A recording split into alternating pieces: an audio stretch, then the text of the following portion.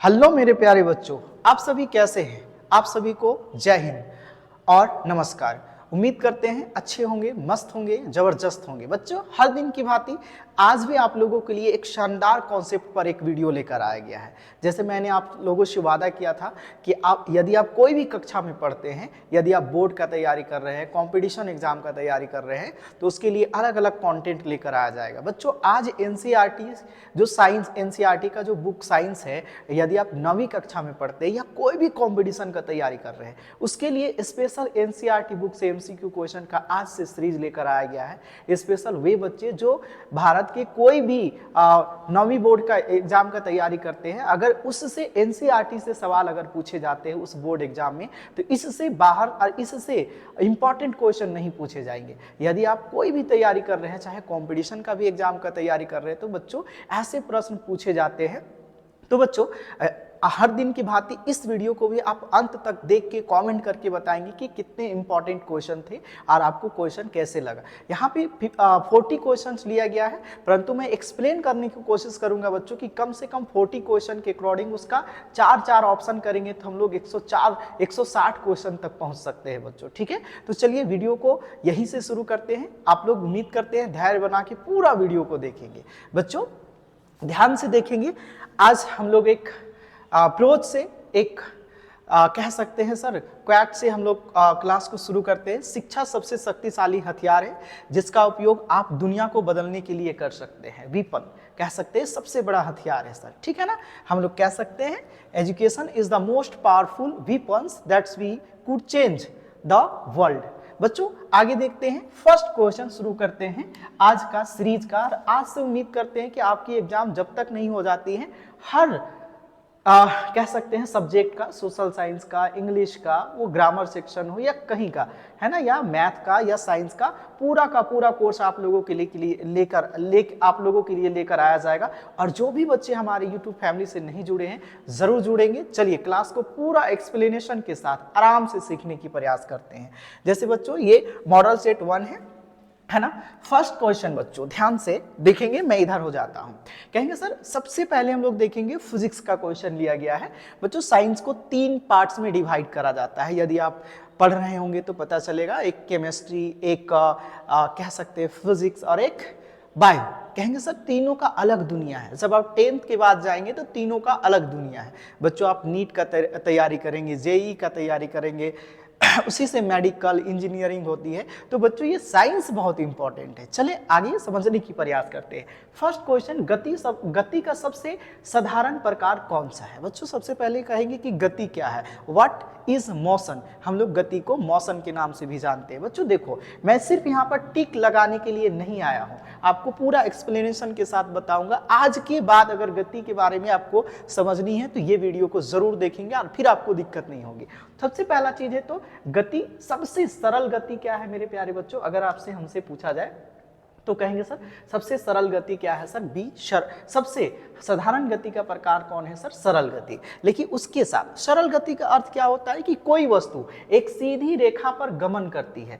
कह सकते हैं बच्चों कि कोई वस्तु एक सीधी रेखा पर क्या करती है बच्चों, गमन करती है। उसी को एक रेखा पर कहने की अर्थ हुआ बच्चों कि एक रेखा पर कोई वस्तु अगर सीधी रेखा पर गमन करती है तो उसे हम लोग क्या कहते हैं, सरल गति। अब क्या सकते वृत्तीय गति। वृत्तीय गति में कह सकते हैं कि कोई वस्तु वृत्ताकार पथ पर क्या करती है सर, गमन करती है। वर्गीय गति का अर्थ होता है कि कोई वस्तु वर्गाकार पथ पर क्या करती है, गमन करती है। आप कहेंगे सर है ना मोशन गति है ना सर। अगर हम लोग इसे हम लोग किससे डिनोट करते हैं सर, स्पीड से या v से, है ना सर। तो क्या होता है u प्लस क्या होता है सर, at, इसका फॉर्मूला बनता है सर, है ना। v is equal to u plus half at the power square बनता है सर। तो ये सभी क्या है मेरे प्यारे बच्चों, ध्यान से देखेंगे, ये फॉर्मूला है सर। इसका अगर हम लोग बात करेंगे तो 2 पाई r अपॉन कितना होता है सर, कहेंगे सर, है ना। लिया गया क्या चीज सर, टाइम, है ना, वृत्तीय गति। तो आगे देखेंगे बच्चों, आगे कोशिश करेंगे हम लोग समझने का।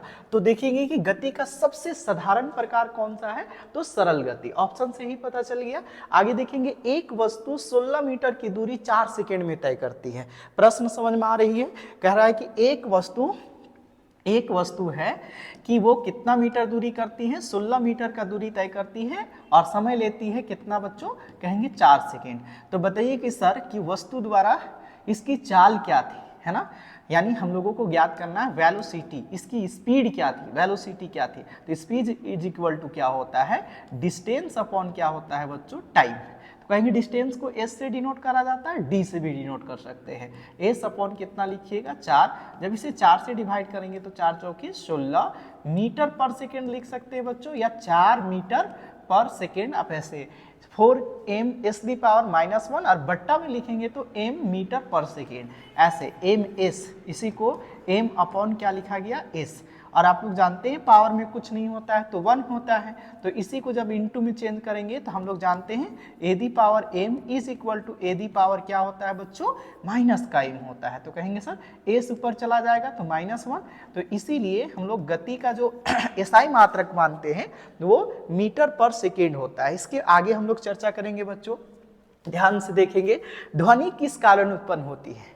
आप बहुत सारे ऐसे देखे होंगे जो कलाकार होते हैं, सिंगर होते हैं, वो वायलिन बजाते हैं, कैसियो बजाते हैं या गिटार बजाते हैं, तो उसमें देखते हैं एक तंतु होती है ना सर, उसमें उसे कंपन करा जाता है ना। हम लोग भी जब बात करेंगे तो यहाँ पर जो उठा हुआ भाग है उसे एडम सेपल कहा जाता है। ध्वनि इसी को स्वर स्वर कंठ भी बोला जाता है, यहीं से स्वर उत्पन्न होता है बच्चों। आप जब बात करेंगे तो यहाँ पर छू के देखेंगे तो आपको कंपन होते हुए महसूस होगी।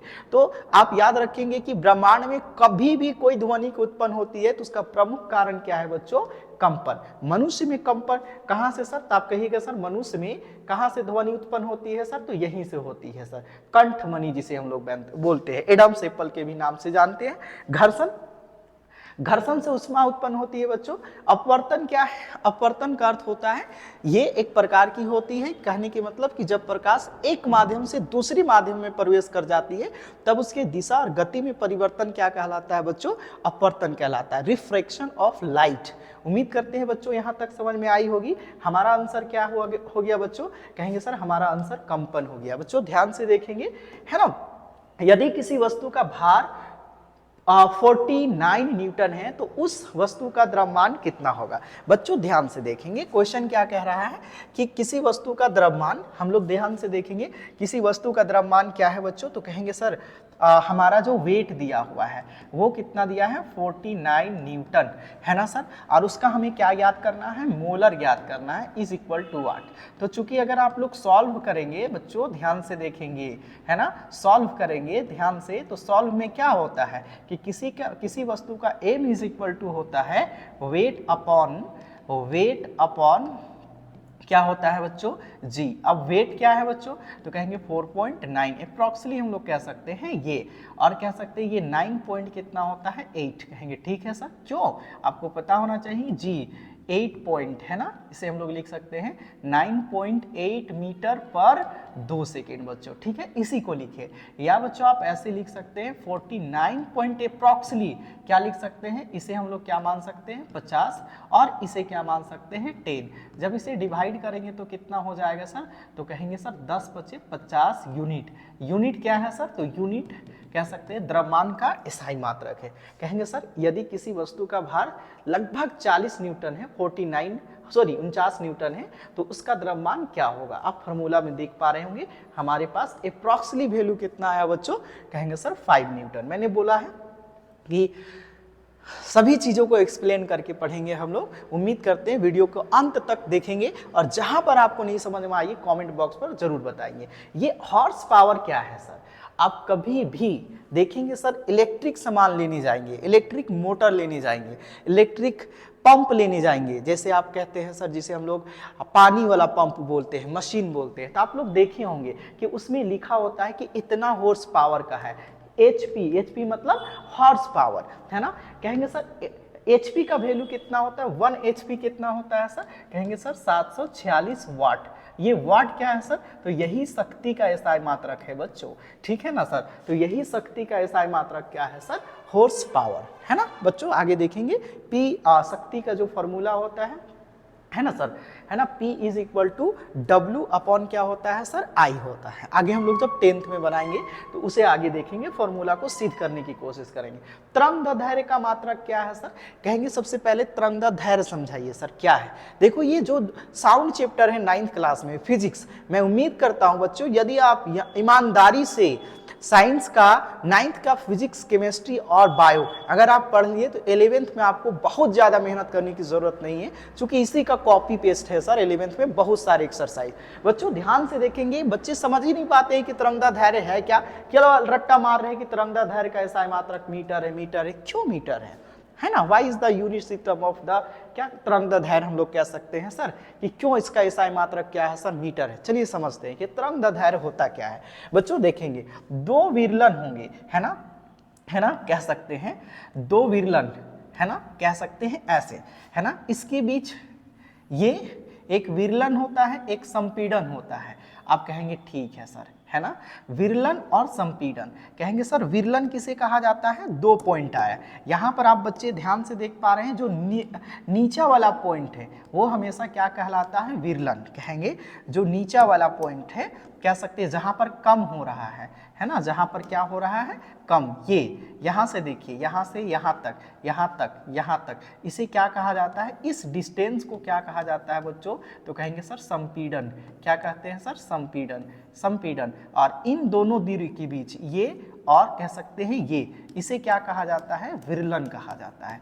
कहेंगे जी सर संपीड़न और विरलन, या कह सकते हैं इन्हीं दो संपीड़नों के बीच की दूरी को क्या कहा जाता है मेरे प्यारे बच्चों, तरंगदैर्घ्य। दो संपीड़न या दो विरलनों के बीच की दूरी को क्या कहा जाता है, तरंगदैर्घ्य, जिसे लेम्डा द्वारा दर्शाया जाता है। और जब बात आई दूरी की, है ना, दूरी का एसआई मात्रक क्या होता है बच्चों, मीटर होता है। तो संपीड़न, विरलन और संपीड़न, किसे संपीड़न कहा जाता है, जो हाई वाला, जब ध्वनि कंपन करते हुए आगे बढ़ती है तो इस पिच पर बढ़ती है, अप डाउन अप डाउन। तो जहां पर अप होता है वो संपीड़न होता है, जहां पर डाउन होता है वो विरलन होता है। तो दो विरलनों कह सकते हैं, यहां से यहां तक, यहां से यहां तक दो विरलन होगा, यहां से यहां तक विरलन होगा। और इसी को एक आवृत्ति को पूरा करने में लिया गया समय को क्या कहते हैं सर, आवर्तकाल कहते हैं। और यहां से यहां तक की दूरी को क्या कहा जाता है, आवृत्ति, है ना। तो यहां से यहां तक लेम्डा, यानी कुल संपीड़न और कुल विरलनों के बीच की दूरी को क्या कहा जाता है, लेम्डा कहा जाता है।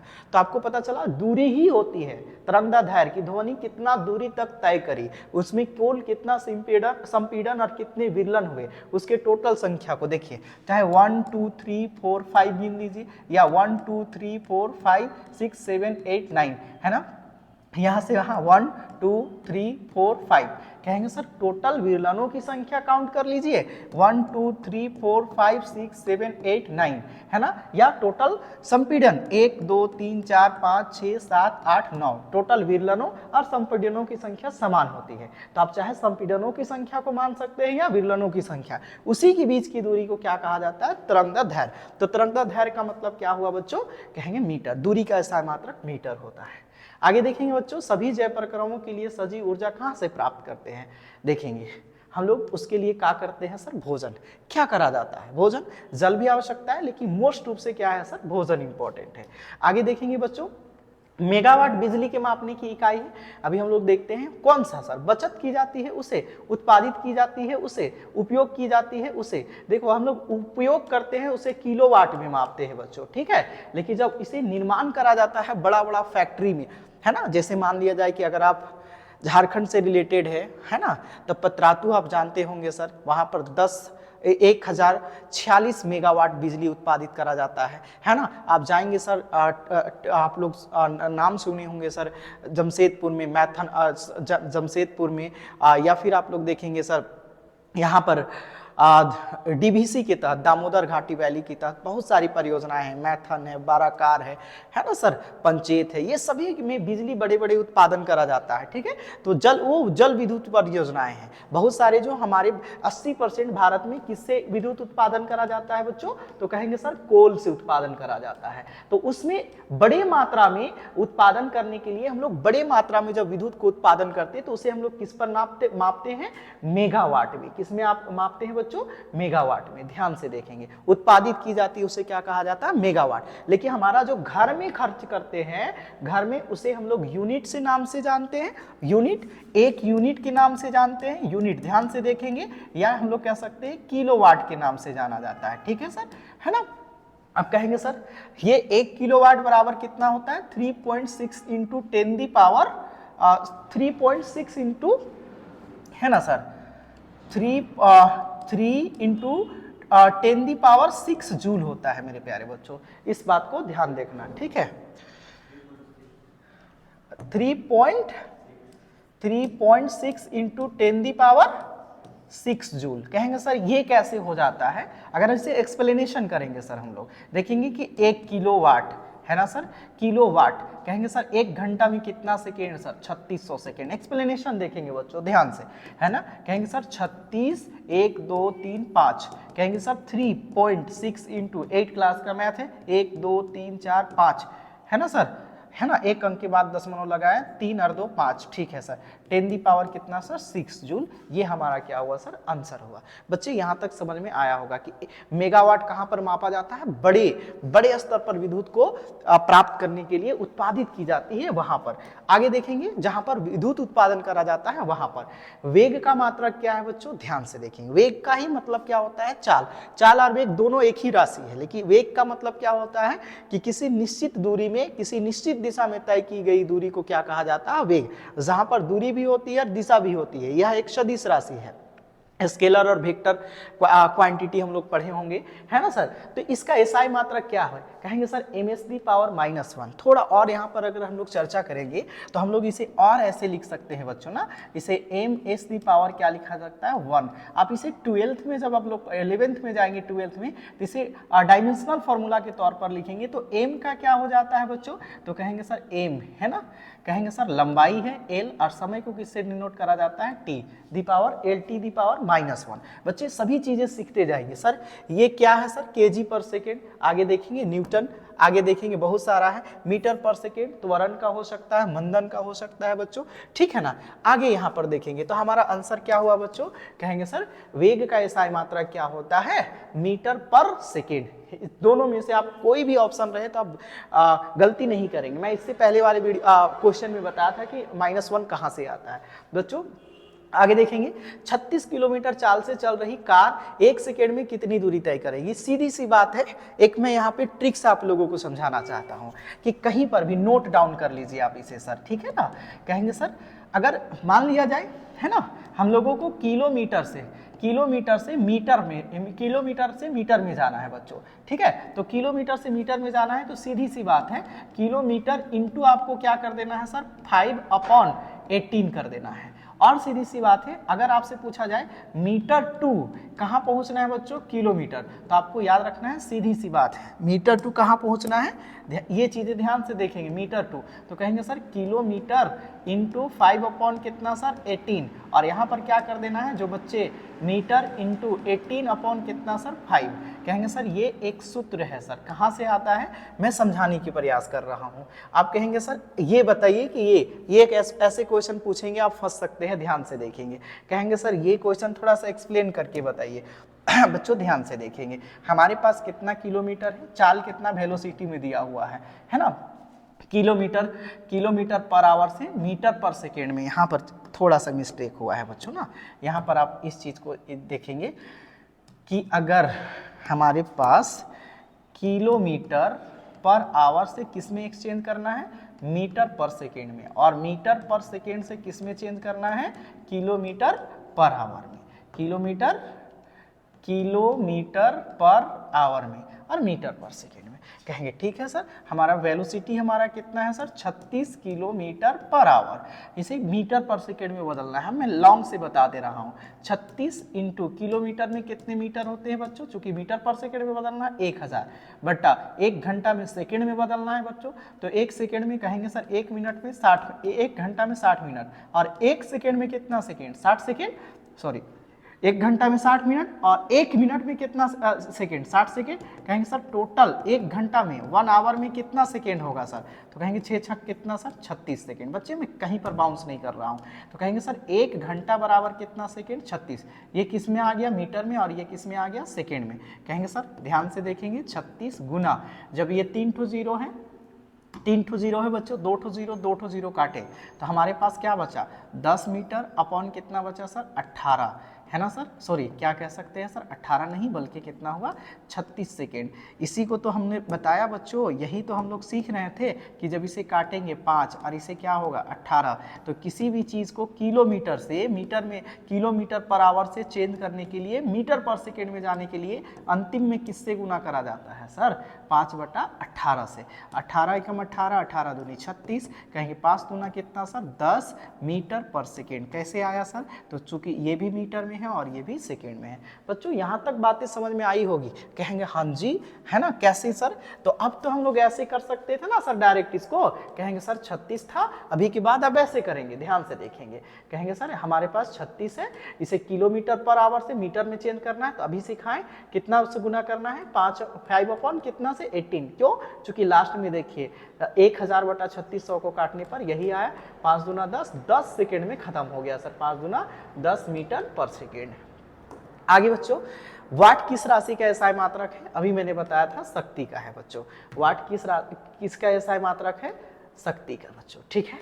नेक्स्ट बच्चों देखेंगे आवोगाड्रो। ये आवोगाड्रो क्या है, कंफ्यूज कर देगा आपको। आंसर तो ये है बच्चों, आवोगाड्रो क्या है। आवोगाड्रो एक वैज्ञानिक का नाम था जिसने है ना किसी भी एलिमेंट के मोल निकालने के लिए एक कह सकते हैं स्थिरांक मान दिया था, उसी को क्या कहा जाता है सर आवोगाड्रो। आवोगाड्रो की संख्या कहाँ पर काम कर सकते हैं, मोल निकालने के लिए। आगे जब आप ऊंची क्लास पर जाएंगे या अभी भी 9th में मोल निकालेंगे है ना, हम लोग जानते हैं n इज इक्वल टू है ना, n इज इक्वल टू किसी भी वस्तु का वेट अपॉन क्या होता है बच्चों, कहेंगे सर वेट अपॉन हमारा मोलर मास होता है ना, वेट अपॉन मोलर मास। आगे मैं निकाल के बताऊंगा बच्चों, ध्यान से देखेंगे ना। मैं बोला हूं कि अगर ये 40 क्वेश्चन है, भले 50 मिनट इस वीडियो में बनाने में लग जाए, लेकिन आपको पूरे के पूरे समझा के छोड़ा जाएगा, उम्मीद करते हैं।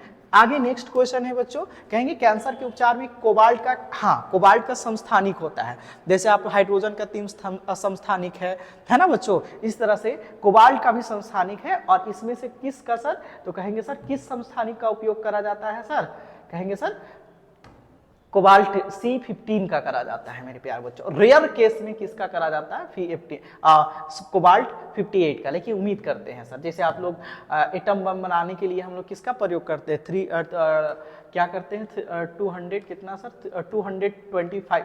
238 का सर प्लेट क्या चीज यूरेनियम, ठीक है बच्चों।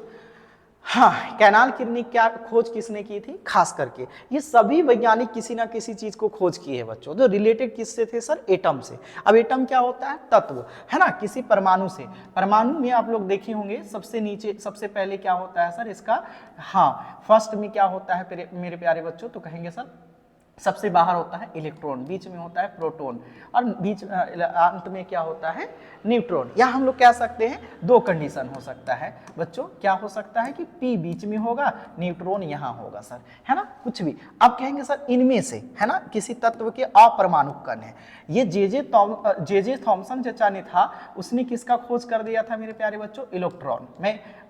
मैंने बताया इलेक्ट्रॉन भी आई क्वेश्चन है। गोल्डस्टीन ने किसका खोज किया था मेरे प्यारे बच्चों, तो कहेंगे सर प्रोटॉन का खोज किया था, है ना, गोल्डस्टीन प्रोटॉन का खोज किया था। जेम्स चैडविक किसका खोज किया था बाबू, तो कहेंगे सर न्यूट्रॉन, है ना, ये 3 अपरमाणु कण है न्यूट्रॉन। इसने किसे खोज किया था सर, तो कहेंगे सर ओरिजिन का, किसका खोज किया था, नाभिक, जिसे हम लोग क्या कहते हैं सर, नाभिक।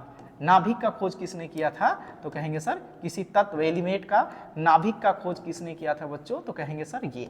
अब यहाँ पर मैंने ये चीजें बता दिया, नाभिक है ना, ये चीजें है ना। कहेंगे सर आंसर तो ये नहीं है ना, ये कोई भी एलिमेंट है ना, कोई भी एलिमेंट का हम लोग कह सकते हैं एक स्ट्रक्चर फॉर्मूला है ना, है ना, ये चार्ज है सर, ठीक है ना। इलेक्ट्रॉन सबसे बाहर होते हैं तो वो क्या करते हैं सर, साझा करते हैं ना।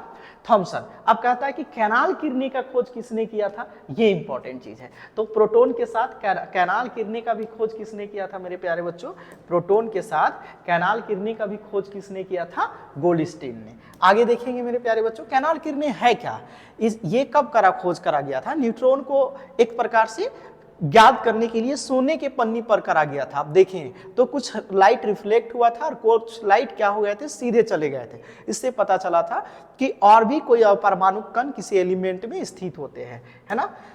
हाँ, एलपीजी का पूरा नाम क्या है, लिथियम नहीं, ए बी दोनों ऐसे आप लोग जल्दीबाजी में दोनों मार देंगे, नहीं, ये द्रवित दिया है, कंफ्यूज कर सकता है सर। एक्चुअल में हम लोग याद करते हैं लिक्विड, क्या करते हैं सर, लिक्विड पेट्रोलियम गैस, नहीं बच्चों, ये लिक्विड को ही हिंदी में क्या लिखा है, कहेंगे द्रवित पेट्रोलियम गैस। उम्मीद करते हैं ये चीजें आप लोग याद रखेंगे सर, ठीक है। निम्न में से किसे अंतर आणविक स्थान सबसे अधिक है, किसके कणों के, आप लोग ठोस द्रव गैस, है ना सर, स्टेट ऑफ एलिमेंट पढ़े होंगे, है ना सर। देखेंगे कि ठोस में क्या होता है सर, सघन माध्यम होता है। ठोस में क्या होते हैं, उसके तत्व बहुत सामने सामने होते हैं। द्रव में क्या होते हैं सर, थोड़ा सा और सामने सामने होते हैं। लेकिन हम कह सकते हैं गैस में बहुत लंबा, तो कह सकते हैं इसका आंसर क्या हो सकता है, हवा। आगे नेक्स्ट लिखेंगे सर, है ना, परमाणु द्रव्यमान की इकाई क्या है सर, परमाणु द्रव्यमान, है ना सर, का यूनिट होता है सर, ठीक है। आगे नेक्स्ट क्वेश्चन बच्चों ध्यान से देखेंगे, परमाणु द्रव्यमान क्या है सर, चलिए इस पर थोड़ा चर्चा कर लेते हैं। परमाणु द्रव्यमान का मतलब क्या होता है, परमाणु A इज इक्वल टू होता है मेरे प्यारे बच्चों P प्लस N, है ना, ये बात को याद रखिए। जैसे मैं एक समझाता हूँ, Mg, है ना, Mg परमाणु संख्या कितना है सर, 12। आप कहेंगे ठीक है सर, इसमें है ना P प्लस N, P क्या है सर, प्रोटोनों की संख्या, क्या है sir, proton, number of proton, proton कितना है सर, तो कहेंगे सर जितना एटम नंबर होता है किसी का उतना ही क्या होता है सर, प्रोटोन होता है, तो 12। अच्छा, न्यूट्रॉन अलग अलग होते हैं मेरे प्यारे बच्चों, है ना, न्यूट्रॉन क्या होता है मेरे प्यारे बच्चों, अलग होता है, तो न्यूट्रॉन 12। लेकिन देखेंगे कि मैग्नीशियम में न्यूट्रॉनों की संख्या भी कितनी होती है, 12, तो कहेंगे सर हाँ, हमारा जो मोलर मास हुआ वो कितना हुआ, 12 प्लस 12 यूनिट कह सकते हैं, तो 12 12 24 यूनिट कह सकते हैं। यानी एक मैग्नीशियम का एक एटम का भार कितना हो सकता है, 24 यूनिट। बच्चों देखेंगे ये एक्सटर्नल आपका है ना मेरे प्यारे बच्चों, ये एक्सटर्नल नॉलेज हुआ। यदि जैसे एक होता है ना कि हम लोग टिक लगा रहे हैं कि चलो जल्दी जल्दी व्यूज बढ़ा रहे हैं, नहीं बच्चों, मैंने जैसे वादा किया कि वीडियो को अंत तक देखेंगे ना, तो आज के बाद एटम मास निकालने के लिए भी आपको दिक्कत नहीं होगा। पी क्या है सर, प्रोटोनों की संख्या, एन क्या है, न्यूट्रॉनों की संख्या। पी और एन कैसे प्राप्त करा जाता है बच्चों, शॉर्टली बता दें कि किसी भी एलिमेंट का एटम नंबर, परमाणु संख्या जितनी होती है उसका प्रोटोनों की संख्या और इलेक्ट्रॉनों की संख्या क्या होती है, समान होती है, केवल न्यूट्रॉनों की संख्या क्या होती है, अलग होती है। नेक्स्ट बच्चों ध्यान से देखेंगे, 18 ग्राम जल में ऑक्सीजन की कितनी मात्रा है। अब ये भी चीजें अभी मैंने समझाया था कि हम लोग देखे थे कि 18 ग्राम जल में, यानी इसका पूरा जल क्या होता है सर, H2O, इसका भार कितना है सर, 18 ग्राम है। टोटल वेट कितना दिया है मेरे प्यारे बच्चों, 18 ग्राम है। कहेंगे सर 18 ग्राम में आप देखेंगे कि इसका कितना है सर, तो कहेंगे सर H2 प्लस क्या है सर, O है। अगर एक यूनिट कहेंगे सर, है ना, हाइड्रोजन का एक यूनिट 2 हो गया, और ऑक्सीजन का 16 प्लस 16 एक यूनिट का, कहेंगे सर ऑक्सीजन का परमाणु संख्या कितना सर, एटम, एक मास का, एक ऑक्सीजन का भार देखेंगे। इलेक्ट्रॉनों की संख्या, प्रोटोनों की संख्या भी 8, और इलेक्ट्रॉनों की संख्या, न्यूट्रॉनों की संख्या भी कितना सर, 8, तो 8 और 8 कितना हो गया, 16 यूनिट। तो आप कह सकते हैं सर यहाँ पर हाइड्रोजन क्या है सर, 2 ठो है सर, तो एक हाइड्रोजन का आप कह सकते हैं हाइड्रोजन। H का परमाणु संख्या कितनी होती है मेरे प्यारे बच्चों, कहेंगे सर हाइड्रोजन तो फर्स्ट में है सर, हाइड्रोजन कितना है सर, फर्स्ट। तो यहाँ पर बताइए सर P प्लस N क्या होगा इसका, तो कहेंगे सर इसमें तो P1 होता है, लेकिन न्यूट्रॉन क्या होता है, 0। तो आपसे MCQ क्वेश्चन पूछ सकता है कि वह कौन सा ऐसा पीरियोडिक टेबल में तत्व है जिसका न्यूट्रॉनों की संख्या 0 होती है, तो वो क्या होता है मेरे प्यारे बच्चों, कहेंगे वो होता है हाइड्रोजन। कहेंगे ठीक है सर, P प्लस क्या लिखिए, N, तो कहेंगे सर कितना हो जाएगा, 1 प्लस 0 बराबर कितना सर, एक ही यूनिट तो हुआ।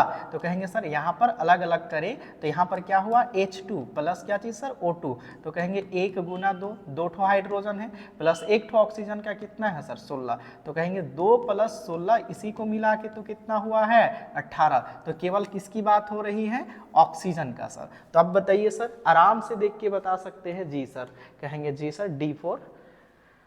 हाँ, 2 मोल क्लोरीन गैस का द्रव्यमान क्या होगा। हाँ, अब आइए फिर से एक सवाल को समझते हैं। 2 मोल क्लोरीन का यानी क्लोरीन की संख्या भी कितना है सर, Cl2 है मेरे प्यारे बच्चों। पहले आप कहते हैं कि क्लोरीन को समझते हैं कि क्लोरीन का एटम नंबर कितना होता है, 7। एटम नंबर कितना होता है, एटम नंबर 7। तो प्रोटोनों की संख्या कितनी होती है, 7 नहीं 17। और न्यूट्रॉनों की संख्या कितनी होती है, तो कहेंगे सर 17.5। मैंने बताया था कि अलग अलग होती है। तो एक क्लोरीन का, ध्यान से देखिएगा, क्लोरीन का, एक क्लोरीन का क्या चीज सर, m कितना हो गया, तो कहेंगे सर, है ना, 17 दशमलव कितना सर, एक क्लोरीन का कितना हो गया सर, 17 34, और कितना हो गया सर, 34 दशमलव कितना सर, 5 यूनिट। कहेंगे P और N को दोनों को ऐड कर दिए तो एक क्लोरीन को हो गया। तो हमारे पास किसका पूछा है, Cl2 का पूछा है, ठीक है ना। 17, कहीं पे मिस्टेक, रुकिए सर 1 मिनट, 17 नहीं होता है बच्चों।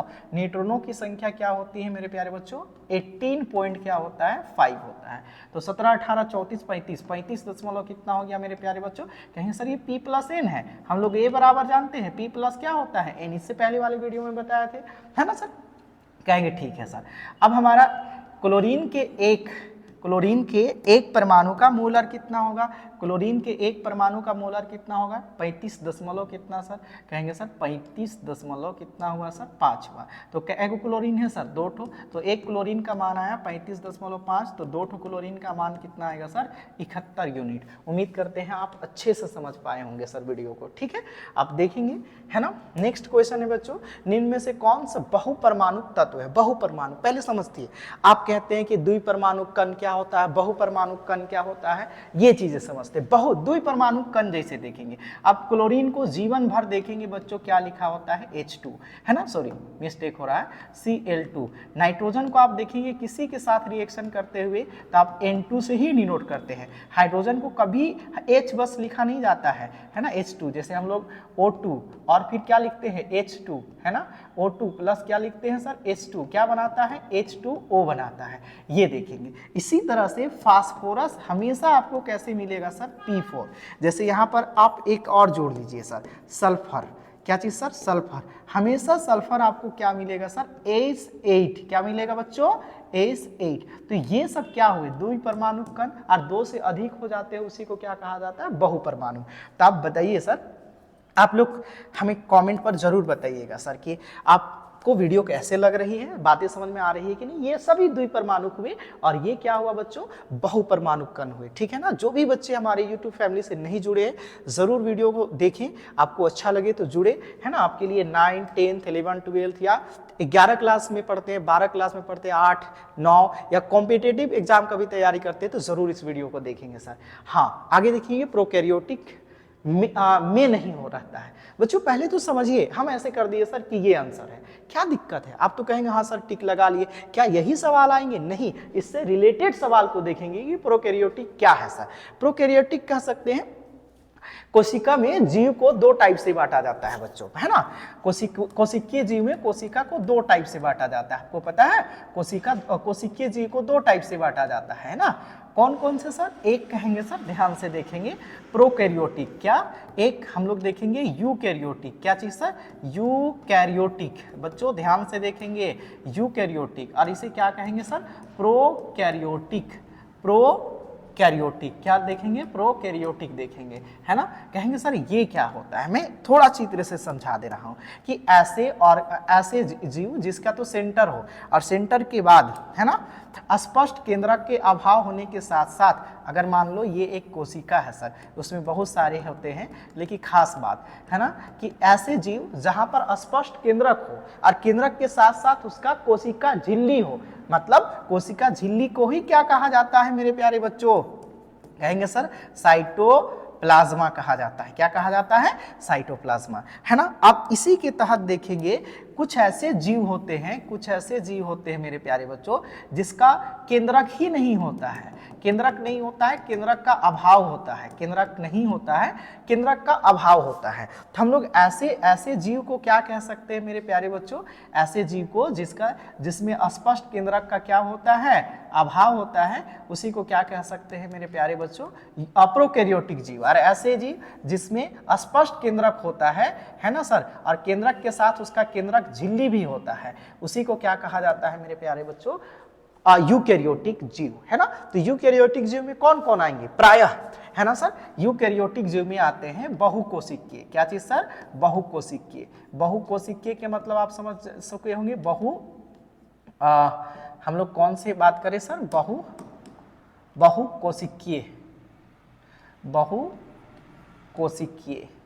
बहुकोशिकीय जीव। और एक कोशिकीय में क्या आएंगे बच्चे? एक कोशिकीय में आप देख पा रहे हैं, एक कोशिकीय में यूकैरियोटिक में केवल क्या आएंगे सर? एक कोशिकीय जीव आएंगे, एक कोशिकीय जीव आएंगे, है ना सर।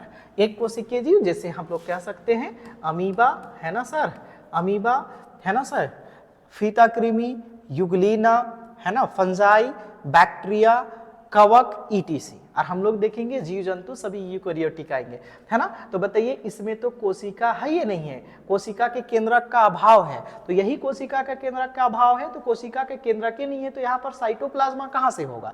कोशिका केंद्रक होगा तभी तो साइटोप्लाज्मा होगा बच्चों। तो कहेंगे ठीक है सर, यहाँ तक तो बातें समझ में आ गई। अब देखेंगे सर हमें क्या समझनी है। साइटोप्लाज्मा इसमें उपस्थित नहीं रहता है। कोशिका के आधार पर जीव कितने प्रकार के होते हैं? 2 प्रकार के, मैंने अभी बताया, एक कोशिकीय और बहुकोशिकीय, ठीक है। पौधों जिन क्षेत्रों में वृद्धि होती है सर विभियोजतक ऊतक कहते हैं। विभियोजतक ऊतक क्या होता है बच्चों? जैसे मैं एक एग्जाम्पल लेता हूं, कोई लता का। लता में आप लोग देख पाते हैं कि जैसे ये है सर, है ना। आप कहेंगे सर ये एक उसका पत्ता है, कहेंगे जी सर पत्ता तो आप बहुत हार्ड बना दे रहे हैं, आप समझिएगा पत्ता ही बना रहे हैं बच्चों, ठीक है। ये चीज़ें हैं सर। आप यहाँ पर ऐसे कैसे देखते होंगे, जिसे हम लोग क्या कहते हैं सर? प्रतान कहते हैं। फिर यहाँ से कोमल कोमल पत्ते निकलते हैं। तो बच्चों इस हिस्सा को ही क्या कहा जाता है? विभियोजतक। क्या कहा जाता है मेरे प्यारे बच्चों? विभियोजतक, विभियोजतक, है ना, विभियोजतक ऊतक। इसमें कौन से ऊतक होते हैं, कौन से हार्मोन काम करते हैं? तो कहेंगे सर ऑक्सिन, है ना, ऑक्सिन, और एक क्या होता है? ऑक्जिन, है ना। जिब्रेलिन भी होता है परंतु तना में पाया जाता है। एब्सेसिक हार्मोन भी होती है पौधों में, याद रखिएगा। जो पौधों के पतझड़ में, पौधों में जो पतझड़ होते हैं उसे उत्प्रेरित करती है एब्सिसिक एबी हार्मोन, है ना। और कहेंगे जिब्रेलिन क्या करता है? तनु को विकास में सहायक होता है। ऑक्सिन, ऑक्सिन जो होता है सबसे ऊपर होता है, जो विभियोजतक ऊतक में क्या बच्चों? वॉक्सिन, है ना, वो हार्मोन उसके उत्तरदायी होता है विकास के लिए, है ना। नेक्स्ट क्वेश्चन, प्रतान में वर्गीकरण के आधारभूत इकाई क्या है सर? जाति। वर्गीकरण के पिता किसे कहा जाता है? किसने जीवों को, स्पीसीज को सबसे पहले बांटने का काम किया? कहेंगे सर हाँ, चार्ल्स डार्विन, है ना। ग्रेगर जॉन मेंडल का भी बहुत बड़ा नाम आता है, परंतु उसका जेनेटिक का फादर के नाम से जाना जाता है ना। तो जाति के आधार पर, स्पीसीज के आधार पर, जैसे हम लोग देखते हैं पादप वर्ग, जीव वर्ग, फिर पादप वर्ग को भी अलग अलग में बांटा गया है, जीव वर्ग को भी अलग अलग में बांटा गया है। फंजाई कैसा जीव है सर? फंजाई एक प्रकार से मृत जीवी जीव है, जो मृत जीव पर क्या होती है सर? उत्पन्न होती है। इस पर कोई बहुत बड़ी चीज नहीं है। यूकैरियोटिक अभी देखें जिसमें अस्पष्ट केंद्रक होते हैं और उसके साथ साथ केंद्रक झिल्ली होता है।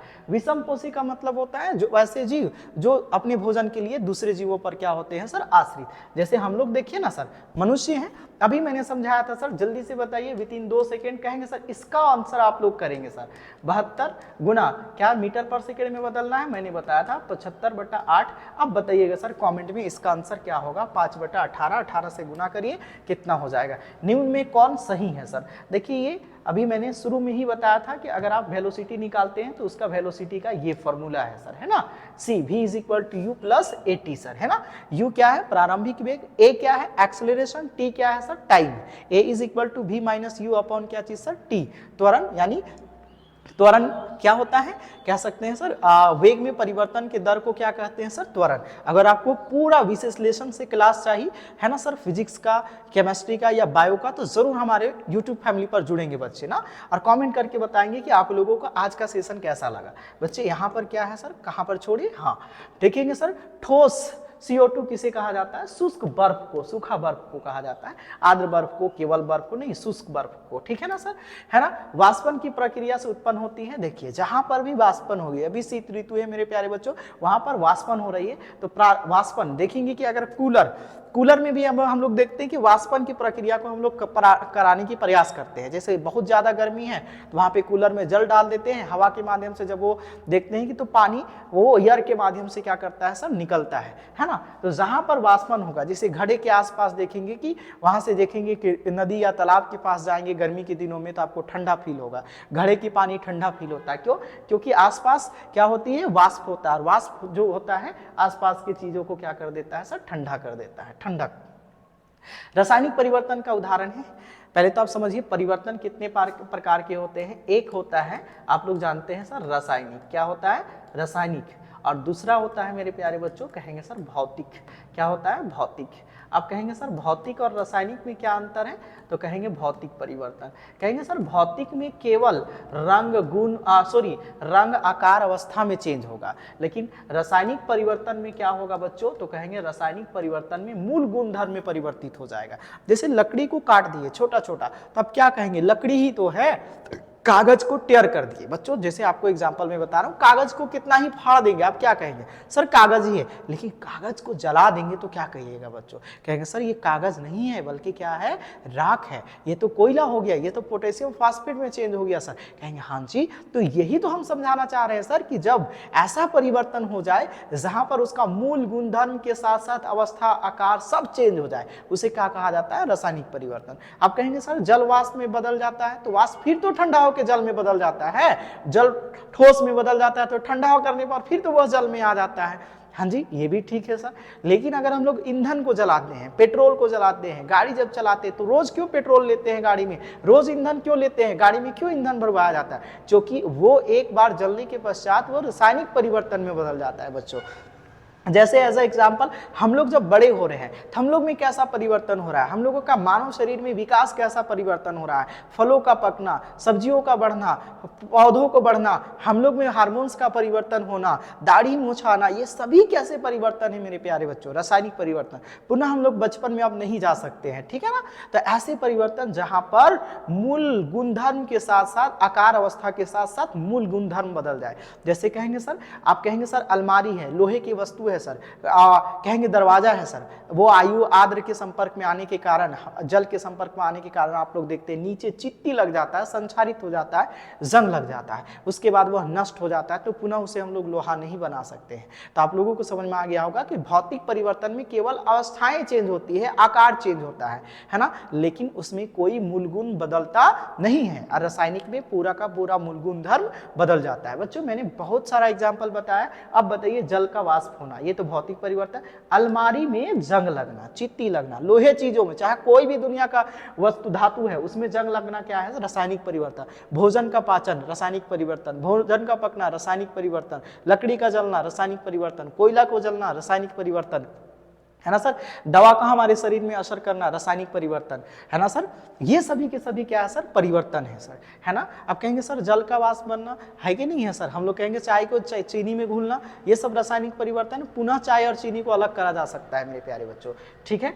नेक्स्ट क्वेश्चन देखेंगे, लोहा का संकेत क्या है सर, फेरस। आप कहेंगे सर ये क्या है, एटम, इसका परमाणु संख्या कमेंट पे बताएंगे सर क्या होता है। लोहा फेरस बोला जाता है मेरे प्यारे बच्चों, बताएंगे इसका परमाणु संख्या क्या होगा। लोहा फेरस है ना, फेरम नाम है, आयरन के नाम से जाना जाता है इसे, आयरन, है ना। इसका परमाणु संख्या कमेंट पर बताएंगे सर, 26 है, बी 25 है, सी 15 है, और डी कितना है सर, 23 है ना। आप कहेंगे सोडियम क्लोराइड, आपको पता है सर सोडियम क्लोराइड का सूत्र कैसे बनता है, कहेंगे Na+ का 1 और Cl+ का 1, है ना, ऐसे बनता है बच्चों, ध्यान से देखिएगा, 1 है, क्रॉस मल्टीप्लाई करेंगे, N1 जा 1 और Cl1 जा Cl। बच्चों कहेंगे सर हमारा बी नंबर क्या होगा सर, है ना, B4 बहुत सुंदर ऑप्शन है सर।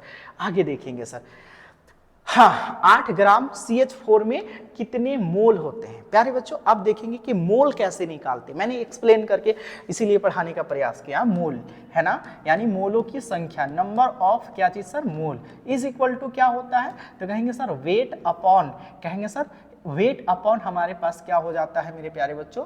तो कहेंगे मोलर मास, है ना, मोलर मास। मोलर मास को हम लोग ए से भी डिनोट करते हैं, P plus N. Weight upon क्या हो जाता है सर? कहेंगे सर ए, है ना, P प्लस एन नहीं, है ना, मोलर मास ए, है ना, कह सकते हैं जी सर यहाँ पर। तो मोलों की संख्या, नंबर ऑफ मोल, अब इसी से निकालते हैं बच्चों। आगे फॉर्मूला देखेंगे एन। अब एन क्या है? मोलों की संख्या। आप यहाँ पर लिख सकते हैं, ध्यान से देखेंगे। एन क्या है बच्चों? कहेंगे सर एन हमारा मोलों की क्या है सर? संख्या है। मोलों की क्या है सर? संख्या है। नंबर ऑफ क्या है सर? मोल है। कहेंगे सर हमारे पास देखेंगे वेट, वेट का मतलब क्या होता है? भार।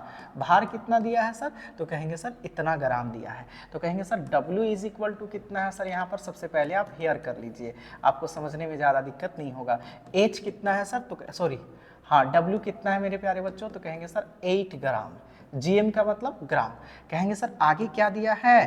कहेंगे सर आगे हमसे पूछा है कितने मोल है सर, है ना, A। अच्छा A इसका निकाला जाए सर, है ना, किसका? CH4 का। तो A हम लोगों को निकालना पड़ेगा, इसका मोलर मास क्या होगा? CH4 है सर, है ना। ध्यान से देखेंगे बच्चों, यहाँ पर CH4, CH4 कैसे निकालेंगे? C एक ठो है, यानी 6 और 6 कितना सर? 12। H 4 ठो है, तो 4 कितना करेंगे सर? 4। एक ठो हाइड्रोजन का एक होता है, और 4 हाइड्रोजन है तो 4 हो जाएगा। कहेगा नहीं समझ में आया सर। चलिए, कार्बन का परमाणु संख्या कितना होता है सर? 6। तो इसमें P भी 6 हो जाएगा और N भी कितना हो जाएगा? 6। इसीलिए एक ठो कार्बन का मोलर मास कितना होगा सर? तो 6 और 6 कितना सर? 12 यूनिट। तो यही तो बोल रहा है कि यहाँ कार्बन क्या ठो है? एक है बच्चों, ठीक है। अब इतना सा अगर आप 9वीं कक्षा की बच्चा नहीं समझ पाएंगे तो दिक्कत है। यहाँ पर कार्बन कितना है सर? 12 यूनिट है ना, प्लस हाइड्रोजन। एक हाइड्रोजन का कितना होता है मेरे प्यारे बच्चों? कहेंगे सर एक हाइड्रोजन का होता है 1 सर, और हाइड्रोजन कितना है? 4। तो कहेंगे 12 और 4 कितना हो गया? 12 और 4 टोटल 16 यूनिट हो गया। हमारा A आ गया। हमसे क्या पूछा है? N is equal to what. तो अभी तो फॉर्मूला लगाया है ना सर, चूंकि N is equal to W upon क्या होता है? कहेंगे मोलर मास। कहेंगे W कितना है सर? तो वेट हम लोगों का पहले से 8 है, नीचे कितना है? 16 है। 8 एकम 8, 8 दूना 16। जब इसे भाग देंगे तो 0.5 यूनिट। मोल का एसआई मात्रक क्या होता है? 0.5 यूनिट। बच्चे ध्यान से वीडियो को देखेंगे 1 से 2 बार, उम्मीद करते हैं जरूर समझ में आ जाएगा, ठीक है। आगे देखेंगे बच्चों, है ना। 0.5 मोल H2O का द्रव्यमान क्या होगा? बड़ी इंपॉर्टेंट सवाल है। सेम इसी का प्रोसेस है। अभी हम लोगों का क्या दे दिया है बच्चों? तो कहेंगे सर यहाँ पर हेयर, सबसे पहले ये देखेंगे नंबर ऑफ क्या है? मोल है सर। 0 पॉइंट कितना है बच्चों? 5 है ना। हमारा कहेंगे सर H2, हाँ 0.5 है ना, ठीक है। आप नंबर ऑफ N लिख सकते हैं, स्मॉल या कैपिटल कोई दिक्कत नहीं है ना। N 0.5 है। हमारे पास H2O है सर। H2O का हमारा एटम कितना होगा? तो H2O है। हम लोग जानते हैं बच्चों कितना होता है? कहेंगे सर एक तो H का कितना होता है? तो कहेंगे सर 1 और एक H 2 प्लस ऑक्सीजन का कितना सर? 16। तो कहेंगे कितना हो गया सर? 18 यूनिट हो गया, ठीक है। और हमसे क्या पूछा है? द्रव्यमान पूछा है। M इज इक्वल टू क्या चीज सर? वाट। तो अभी चूंकि जाने हैं हम लोग N इज इक्वल टू, ध्यान से देखेंगे, W अपॉन क्या चीज सर? M। कहेंगे ठीक है सर। तो कहेंगे N इंटू इधर आके क्या हो जाएगा? M इज इक्वल टू कितना सर? W। अब कहेंगे यहाँ पर ध्यान से देखने वाली बात है। कहेंगे सर N तो हमारे पास 0 पॉइंट कितना दिया हुआ है? 5 इंटू हमारा M निकालना है, और W कितना है सर? यानी हमारा, है ना, हाँ हमारा जो वेट आया है ना, हाँ वेट कितना आया है सर? 18 है सर। वेट कितना है सर? यहाँ पर इसे W भी डिनोट कर सकते हैं, ठीक है। 18 है, ठीक है ना सर। 18 है तो 5, 18 यूनिट है। 0.5 है। N 0.5, एक मिनट देखेंगे कि M है ना सर। N हमारा पास इतना है ना सर। ध्यान से देखेंगे, ठीक है। हमें ज्ञात करना है द्रव्यमान, सॉरी सर, वेट ज्ञात करना है ना। देखेंगे ध्यान से, तो कहेंगे सर हमारे पास N है ना, n इज इक्वल टू क्या होता है, W अपॉन क्या चीज सर, m। हमें तो द्रव्यमान ज्ञात करनी है, मोलर ज्ञात करनी है, ठीक है सर। कहेंगे ठीक है ना। और हमारे पास कितना है सर, हमारे पास इसका m जो आया है, मोलर मास इतना आया है ना। वस्तु का द्रव्यमान कितना है सर, तो कहेंगे 1। हमारे पास n कितना है सर, तो n कहेंगे 0 पॉइंट कितना है बच्चों, 5 है। कहेंगे W अपॉन m कितना है सर, है ना, मिस्टेक थोड़ा सा हो रहा था, कहेंगे सर 18 यूनिट है। कहेंगे सर 18 लिखेंगे, ठीक है ना। यहाँ पे क्या लिखेंगे, 18। कहेंगे ठीक है सर। 0 पॉइंट, ध्यान से देखेंगे बच्चों ना, 0.5 इंटू कितना सर, 18 इज इक्वल टू कितना सर, W, या 18 पचे कितना सर, 90। एक अंक के बाद दशमलव, थोड़ा सा धैर्य बना के देखेंगे तो हमारा कितना हो जाएगा, क्या है सर, ग्राम आ जाएगा ना, GMW 9 gram.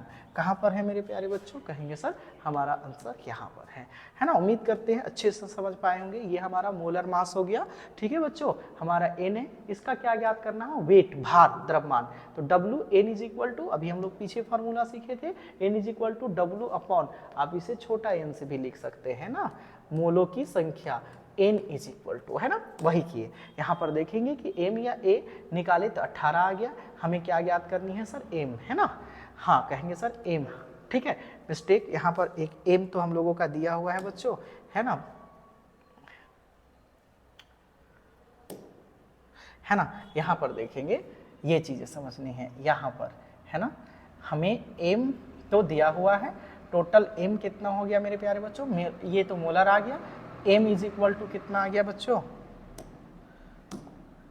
m is equal to कितना आ गया, 18 यूनिट। हमसे फाइंड आउट करनी है W is equal to what, है ना। तो W is equal to what, तो कहेंगे sir n is equal to, चूंकि हम लोग जानते हैं फॉर्मूला में, आप ऐसे समझ सकते हैं, ध्यान से देखेंगे, ऐसे समझ सकते हैं,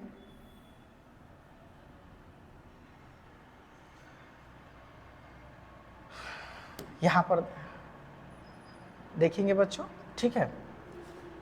यहाँ पर फॉर्मूला हम लोग रख सकते हैं, कौन सा फॉर्मूला रखे हैं, तो कहेंगे सर यहाँ पर हम लोग एक फॉर्मूला रखे बच्चों, है ना। यहाँ पर देखेंगे, यहाँ पर रखें, है ना, यहाँ पर इसलिए, है ना सर, जो हमारा n होता है ना, यहाँ पर, ठीक है।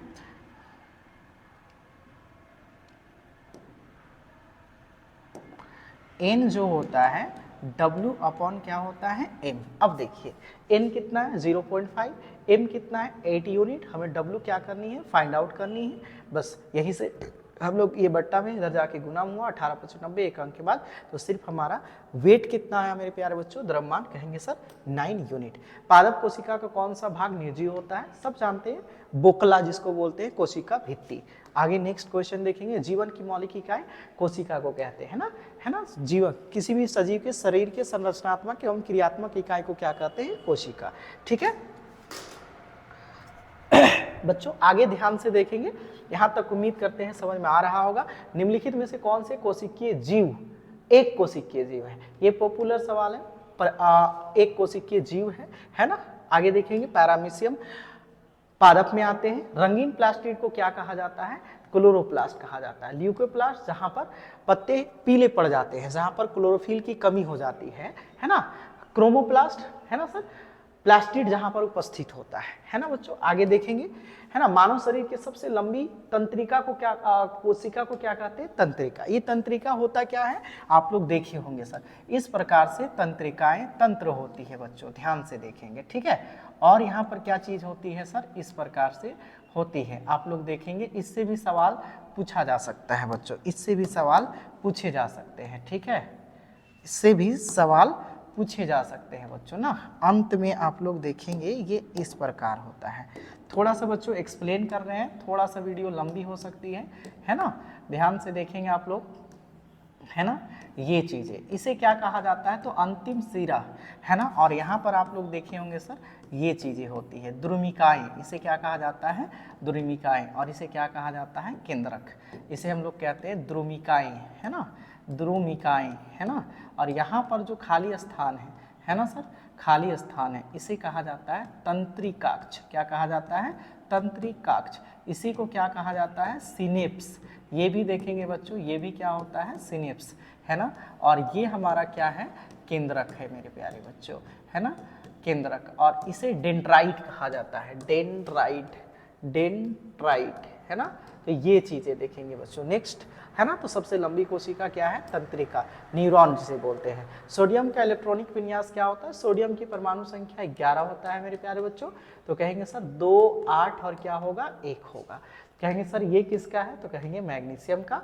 ये किसका है, तो कहेंगे सर नियोन का, है ना, 10 है तो नियोन है। और ये किसका है सर, 2, 8, 10 और 1, 19 पोटेशियम का, है ना बच्चों। आगे देखेंगे, ठीक है। यहाँ तक बच्चे 40 क्वेश्चन हो गया। कहेंगे सर अगर आप थोड़ा सा यहाँ पर एक्सप्लेन करना चाहें तो ऐसे इलेक्ट्रॉनिक डिवीजन करा जाता है कि जैसे अभी मैंने सिखाया कि पोटेशियम के है, इसकी एटम नंबर कितना है, कहेंगे 19 है। तो सबसे पहले के, एल, एम और एन और ओ मान लेते हैं। पहला कक्ष में 2 इलेक्ट्रॉन, बाकी 8, 8, 8 होता है बच्चों ना। तो कहेंगे इसी को पहला में 2 दिए, है ना, तो बच्चा कितना सर, दूसरा में 8, तो 8, 2, 10 हो गया, फिर 8, 8, 2, 10 और 8, 18, कितना बचा, लास्ट इसका असेंबली कितना बचा, 1। तो यही इसका क्या हुआ सर, इलेक्ट्रॉनिक डिवीजन हुआ बच्चों। आप लोग यहाँ तक वीडियो देखें उसके लिए थैंक यू। और उम्मीद करते हैं यदि आपको वीडियो जहाँ पर भी समझ में नहीं आई होगी वहाँ पर एक बार रिवाइव करेंगे, पीछे बैकअप करके देखेंगे और समझने की प्रयास करेंगे। और हमें भी कमेंट करके बताएंगे कि आपको वीडियो कैसी लगी। जब तक नई वीडियो नहीं आती है तब तक के लिए इस वीडियो को देखें। और आप लोगों को यही इस वीडियो को यहीं पर अंत करते हैं। शुक्रिया, धन्यवाद।